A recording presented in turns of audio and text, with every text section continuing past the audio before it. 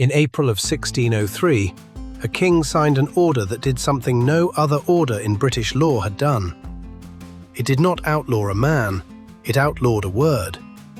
The word was MacGregor. Every person who carried it was commanded to give it up and take some other name, and to go on carrying it was made an offence punishable by death. Families who had held the same glens for 400 years walked into a parish church, signed a neighbour's surname in the register, and came out as somebody else. That order, with one interruption, stood until 1774. Now set the American calendar beside it. Scottish prisoners were shipped to the colonies in the 1650s. The Ulster crossings ran from 1717 to the Revolution, and Highlanders sailed for the Carolinas from 1739. Every one of those movements happened while the name was against the law. The people who boarded those ships were not writing MacGregor on anything. They were writing the name they had been forced to take. The change had already happened 2 or 3 generations earlier in a Perthshire register, in ink, under threat, and the family that arrived in America never knew. In the 2010 census, every open spelling put together, MacGregor and MacGregor and Gregor, comes to about 25,000 Americans. One single name on today's list is carried by more than 380,000. 20 surnames today, and for each one you get where the name comes from, how it attached itself to Clan Gregor, the road it walked into America, and the census count. One warning, and I will repeat it at the end. Every name here is also, and usually mostly, something else, so treat it as a door worth knocking on and not as a proof. Stay to the end, because number 1 is the name the most famous outlaw in Scottish history signed on his own letters, and it belonged to the family that had taken his people's land. Clan Gregor held Glenstray and the head of Glenorchy, and ground running east through Balquhidder into Perthshire, and they held it the old way, by occupation and by the sword. Then the Crown began issuing charters, and a charter is a sheet of parchment that says who owns the ground. The families who learned early to collect parchment did very well, and the Campbells of Glenorchy learned earliest. Glen by glen, across the 1500s, the paper title to MacGregor country moved into other hands while MacGregors were still living on it. A family in that position can pay rent, walk away, or take what it needs, and enough of them chose the third that the name acquired a reputation. The MacGregors raided, lifted cattle and killed men, and the complaints against them in the Privy Council registers are real. They were also a landed people whose title had been legislated out from under them. Both things are true at once. On a February day in 1603, in Glen Fruin above Loch Lomond, it came to a head. The MacGregors met the Colquhouns of Luss, who held a royal commission against them and had the larger force, and caught them in the narrow part of the glen. Losses on the Colquhoun side are reported at between 140 and 200, against 2 MacGregor dead. A second story is fixed to that day that young scholars from Dumbarton, who had come out to watch, were killed as well. It is repeated everywhere. It is absent from the contemporary legal record, and historians have argued over it for 200 years. What matters is that the story reached the king, carried to Stirling by Colquhoun widows, and that he acted as though every word of it were true. The answer came from the Privy Council in Edinburgh on the 3rd of April, 1603, weeks before James rode south to take the English throne as well. The name MacGregor was, in the wording of the order, altogether abolished, and anyone who kept it stood liable to death. They were disarmed down to a single blunt knife for cutting meat. Alastair MacGregor of Glenstray, the chief, gave himself up that winter, and he and 11 of his leading men were executed in Edinburgh in January of 1604. Parliament hardened the law in 1617, and this is the clause that decides everything on today's list, because it reached the children. A boy born to a MacGregor after the ban was forbidden the name for life, and that is how one legal order turns into 12 generations of a different surname. It was lifted once, in 1661, when Charles II repealed it as payment for the clan turning out on the royalist side in the civil wars. 32 years later, after the clan came out for the Jacobite cause, William of Orange put it straight back, and it came off for good only in 1774. When it was over, 826 men of the name signed a petition to choose a chief again, because the clan had spent so long as other people that it had to reassemble itself out of paperwork. Now the list, counting down from 20 to 1. Number 20, the name Comrie. Comrie is a village in Strathern, in the Perthshire lowland, just under the Highland line, and the name is the Gaelic word for a meeting of waters, where the Rookill and the Lednoch come down into the Erne. A parish name carried no chief, no clan register, and no genealogy that a sheriff could pull on. Comrie sits on the southern edge of the old MacGregor country and appears on the Clan Gregor Society's own list of names carried by people of the clan. In the 2010 census, 660 Americans wrote it on the form, and that rarity is itself the evidence, because names taken as cover never spread the way clan names spread. Number 19, the name Malloch.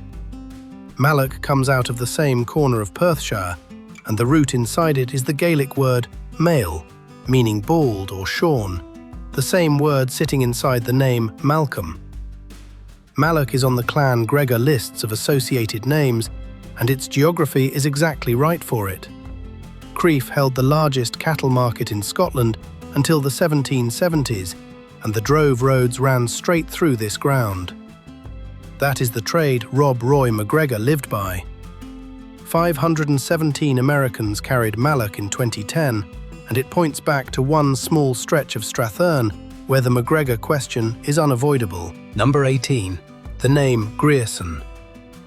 Grierson means the son of Grier, and Grier in turn is Gregor, worn down by lowland Scots pronunciation. The Griersons of Lag held ground in Nithsdale in Dumfriesshire from the 14th century, and their own tradition takes them back to a younger son of MacGregor of Glenorchy. That descent was written down early and never proven. A branch that had already left the Highlands and changed its spelling before 1603 was legally clean when the order came down. They were not MacGregors in the eyes of any clerk, so their records run unbroken through the exact period when their northern cousins vanish. 740 Americans carry Grierson, most of them arriving through Ulster and the Delaware ports. Number 17, the name Leckie.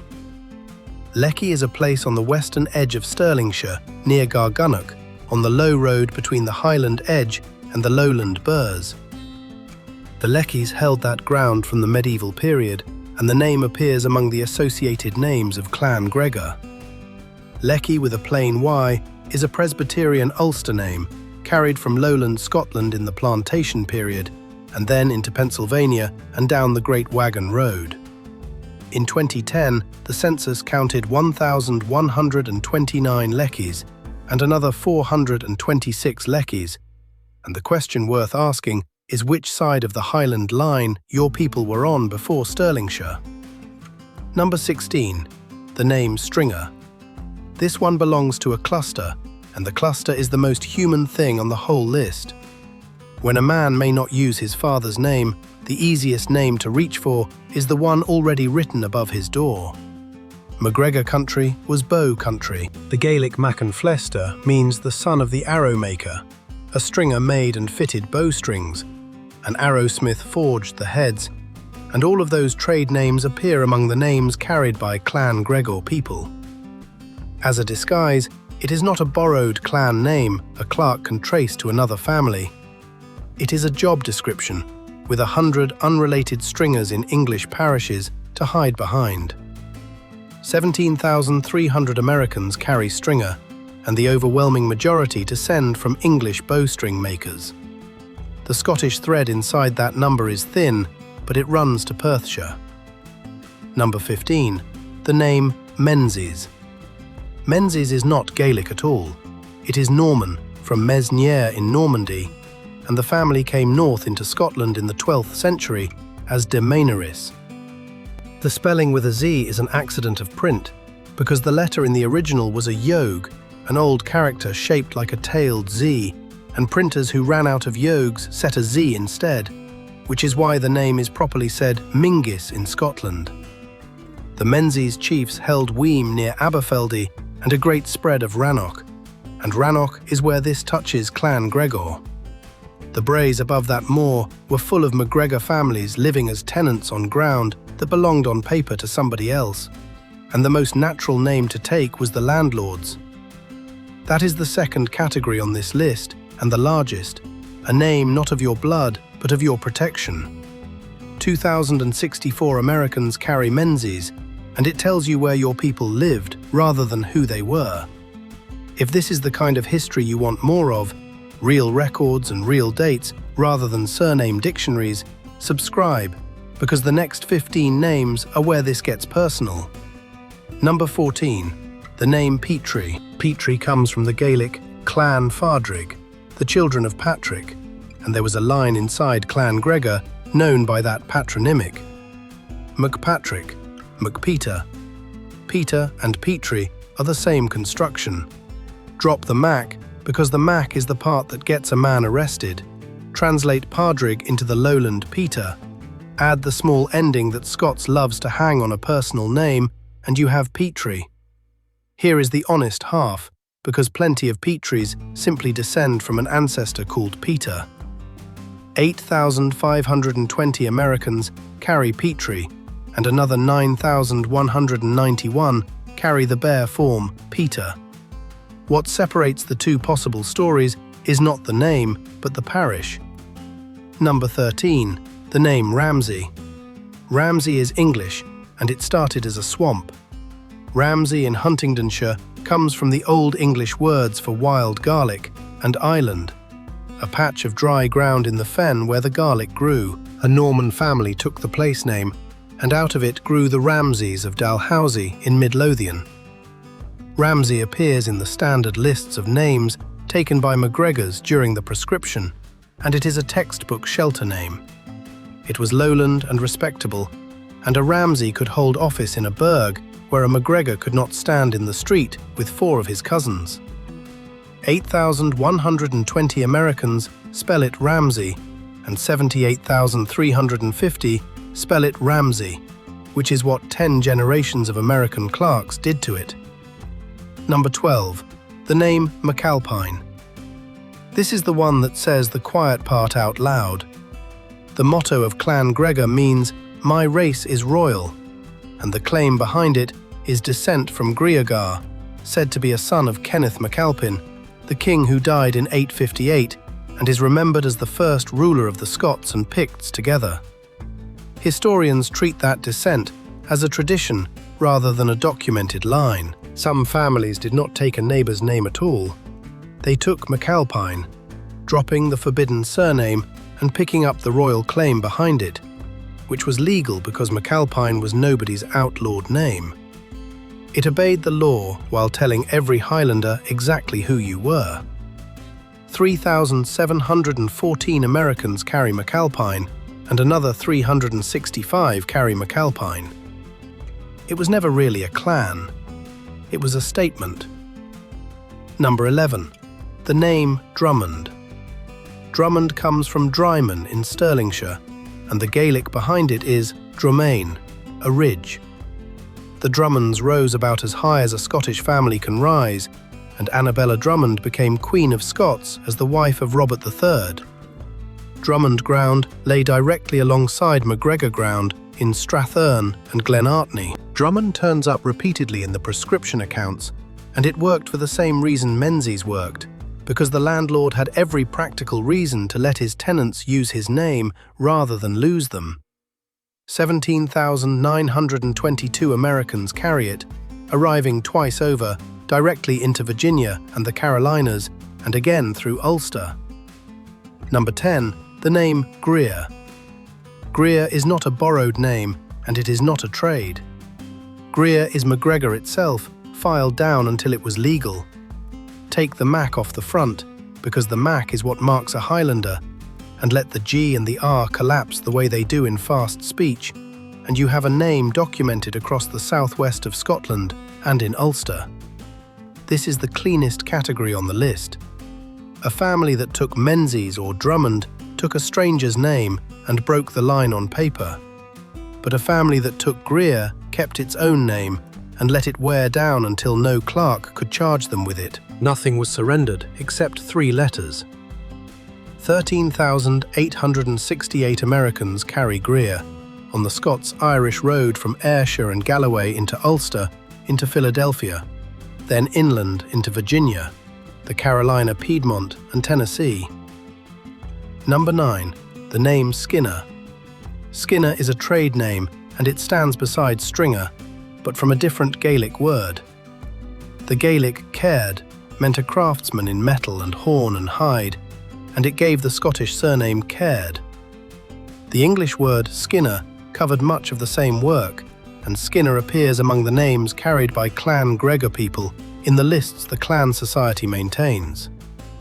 54,046 Americans carry Skinner, and the great majority descend from English leatherworkers in Norfolk and Suffolk and Kent. 256 carry the Gaelic form Caird, a much narrower door. I include it because it is on the lists and because it shows why a name alone can never settle the question. Number 8. The name Grier. Grier is Greer after Ulster. Same origin and the same collapse into one syllable, but this spelling belongs to the families who crossed the North Channel into the Ulster plantation and then again to America. The MacGregors had a reason to cross that other lowland Scots did not have, because Ireland lay outside the practical reach of the prescription, and a man could not be taken up in Antrim for a name that was illegal in Perthshire, and Ulster was the nearest ground where the name could be worn again. 57,043 Americans carry Greer, and the distribution maps almost exactly onto the Scots-Irish belt, from Pennsylvania and the Virginia Valley down through Tennessee into Texas. Number 7. The name Fletcher. Fletcher is the arrow maker, from the Old French flechier, from flesh, an arrow, and the Gaelic equivalent is Mac and Flestair. The Fletchers of Glenorchy were a real Highland people, Clan and Flestair, holding Ach Halader at the head of Glenorchy, which is MacGregor country in the most literal sense. They were dispossessed of it in the 1600s by the same Campbells who had taken the paper title to everything else in that glen. So Fletcher sits in 2 categories at once: a trade name a MacGregor could take without explanation, and the name of a neighbouring people who shared the same glen, the same enemies, and the same loss. 83,063 Americans carry Fletcher, and most of them are English. But the Scottish Fletchers are a specific people from a specific glen, and that glen is where the trail goes. Number 6. The name Magruder.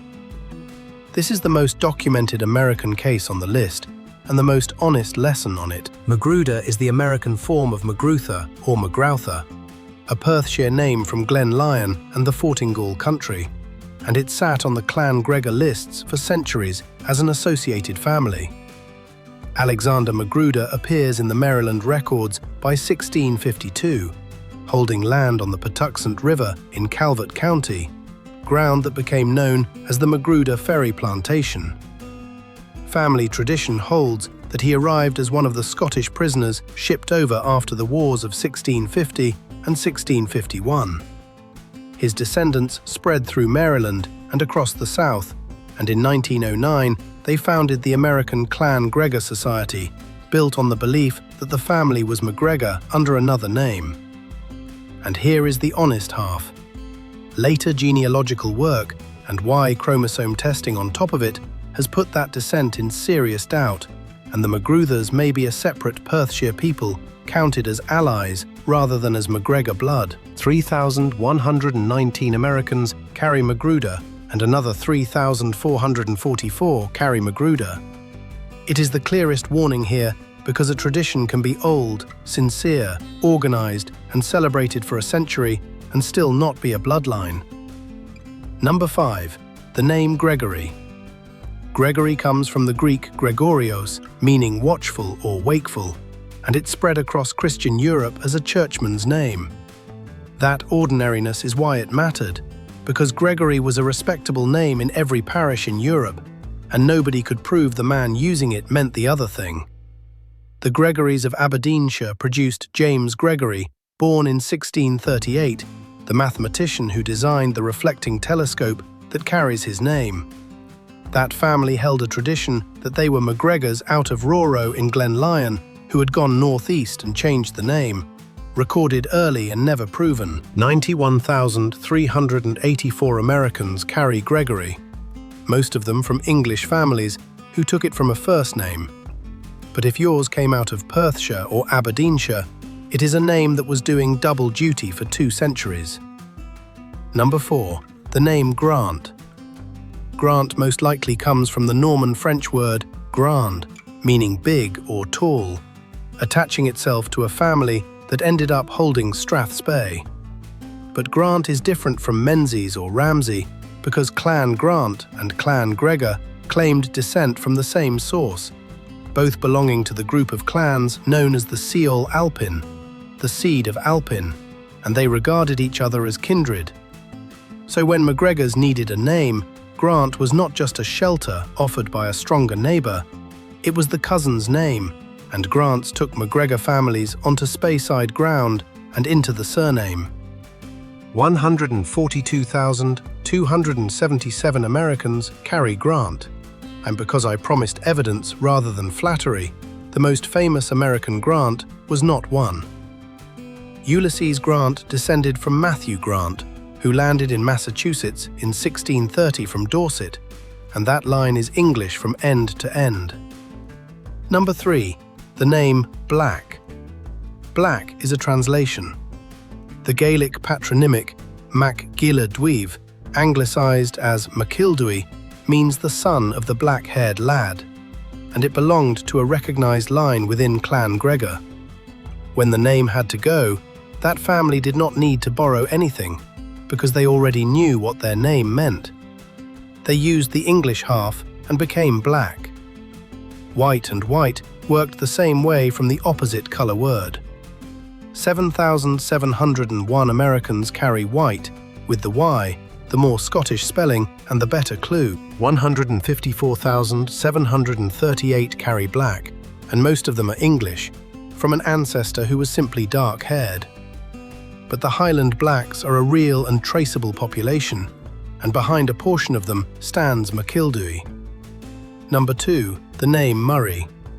Murray is Moray, the great northern province, a territory for centuries before it was anybody's surname, which is what made it useful because a Murray could be from anywhere. The MacGregors of Glencarnig, one of the senior surviving branches, carried Murray straight through the prescription. And when the ban finally came off in 1774, the man those 826 signatories chose as their chief was John Murray of Lanrick, a serving army officer with a Murray name and a MacGregor line behind it. He and his son then did something that tells the entire story in one signature, because they took the old name back and put it after the new one, and he stands on record as Sir John Murray MacGregor. The mask kept and the face returned, both on the same page. 184,910 Americans carry Murray, and be careful with it, because Murray is also an independent lowland Scottish name and a very common Irish one with no connection to any of this. Number 1. The name Campbell. Campbell is Gaelic, Cambuel, the crooked mouth, a nickname on some forgotten ancestor that hardened into the largest name in Argyll.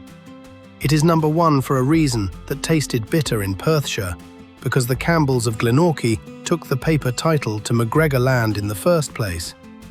The name that broke them became the name that hid them. Now the man. Robert MacGregor was born on the 7th of March, 1671, at Glengyle by Loch Katrine, and his mother was Margaret Campbell. He grew into the cattle trade, moving Highland beasts down to the lowland markets.